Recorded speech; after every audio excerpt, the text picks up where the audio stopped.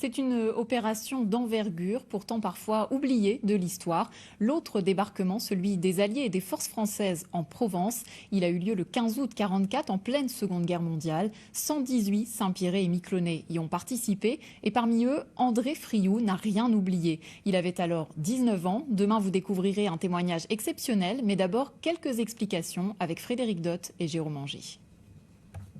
Nom de code, opération Dragoon. C'est l'autre débarquement en France métropolitaine. 1944, un peu plus de 2 mois après celui de Normandie, 400 000 hommes traversent la Méditerranée depuis l'Afrique du Nord. Et le 15 août, les premiers s'élancent à l'assaut des plages de Provence. Parmi eux, beaucoup de soldats alliés, américains, anglais et canadiens, mais aussi 260 000 Français, dont 118 Saint-Pierret et Miquelonais. André Friou était de ceux-là. Il y a eu une mobilisation, quoi. Et alors, on a eu une mobilisation en fin 1943, et il y a un bateau, un paquebot, le Lady Rodney, qui est venu le 10 janvier 1944 pour prendre le contingent de 118 Saint-Pierret. On devait d'abord faire nos classes à Port-Lyautey, au Maroc, et ensuite faire le débarquement.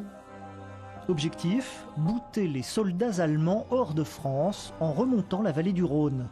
André Friou est affecté au déminage.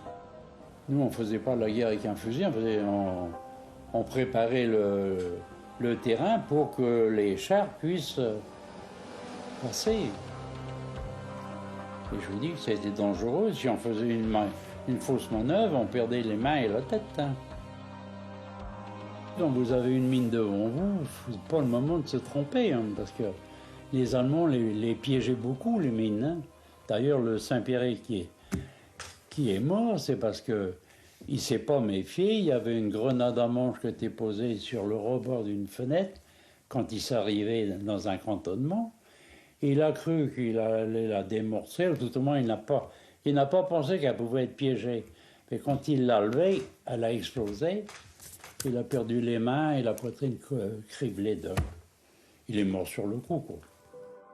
Menée par le général Delattre de Tassigny, la première armée française va progresser au-delà du Rhin, en Allemagne et même en Autriche, jusqu'à la Libération. Après 1 an et demi en opération, les Saint-Pierret et Miquelonais rentreront à la maison, tous, sauf 2, tombés pour la France.